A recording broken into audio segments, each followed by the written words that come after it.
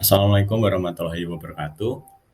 Di sini saya Yakub Haryana dari kelompok 3A mata kuliah Otomasi Sistem Informasi Geografis. Di sini saya akan mempresentasikan mengenai penugasan dari pembuatan WebGIS. Di sini kelompok kami, kelompok 3, mengangkat tema tentang service area dari Anjungan Tunai Mandiri atau ATM di Kelurahan Tembalang. Nah, proyek ini kami namakan dengan ATM-ku Webmap.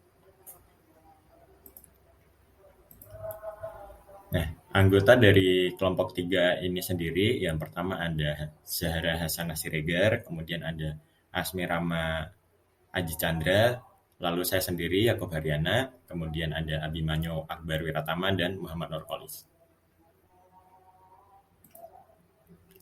Di sini ada beberapa poin yang akan kita bahas. Yang pertama yakni latar belakang, yang kedua yakni tujuan, ketiga alat dan data, yang keempat metode, dan yang kelima pembuatan WebGIS, serta yang keenam adalah hasil dan visualisasi dari WebGIS yang kita kerjakan. Nah, apa sih latar belakang dari ATM-ku Webmap ini? Nah, halaman web merupakan salah satu bentuk kemudahan di era digitalisasi, di mana web server itu dapat memberikan layanan berupa data dan berbasis open source, yang artinya dapat diakses oleh semua orang. Di lain sisi, kegiatan untuk memenuhi kebutuhan sehari-hari adalah kemudahan akses terhadap ATM. Maka dari itu, dengan adanya WebGIS, mengenai service area ATM dapat digunakan untuk mempermudah mahasiswa dalam mencari informasi mengenai persebaran dan akses menuju ATM di Kelurahan Tembalang. Kemudian, apa tujuan dari penugasan ini? Nah, yang pertama adalah informasi sebaran ATM, di mana menyediakan informasi persebaran titik-titik ATM di Kelurahan Tembalang.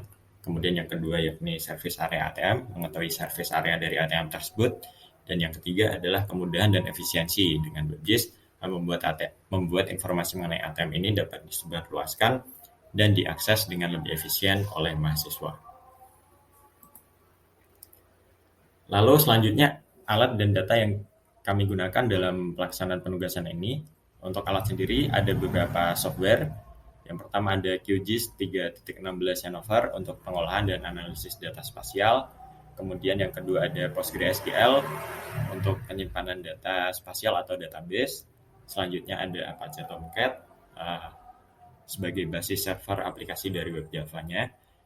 Kemudian ada GeoServer untuk plugin pengembang server data spasial, nanti akan dikombinasikan dengan Apache Tomcat. Dan yang terakhir adalah ngrok untuk melakukan distribusi layanan lokal ke web service untuk bisa diakses oleh semua orang. Selain itu kami juga menggunakan Visual Studio untuk melakukan coding HTML dan CSS untuk nantinya pembuatan website.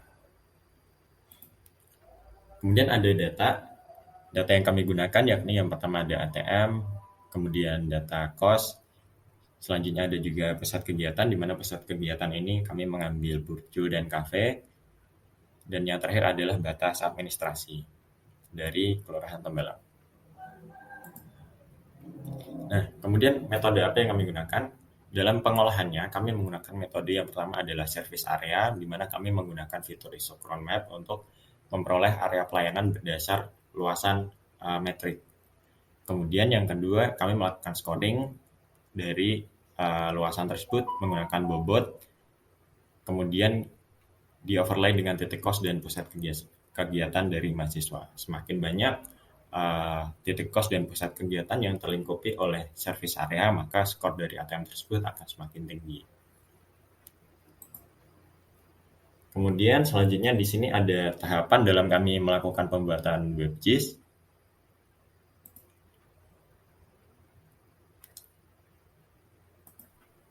Yang pertama yakni melakukan pengerjaan proyek, di mana dalam pengerjaan proyek ini dilakukan pengerjaan dan analisis service area ATM menggunakan perangkat QGIS 3.16, mulai dari pembuatan isochron sampai dengan perolehan skor akhir dari masing-masing ATM. Kemudian yang kedua, setelah tadi dari QGIS 3.16 dilakukan analisis dan sudah selesai, maka perlu dilakukan unggah dan sinkronisasi database dari QGIS, kita unggah ke PostgreSQL atau ke database-nya. Dan di situ kami memanfaatkan plugin PostGIS di mana supaya PostgreSQL ini mengenali geometri dari sebuah atribut tabel. Kemudian yang ketiga, setelah tadi berhasil menyusun database spasial di PostgreSQL atau dalam PGAdmin 4, selanjutnya adalah melakukan pembuatan dari web server, di mana dari database tadi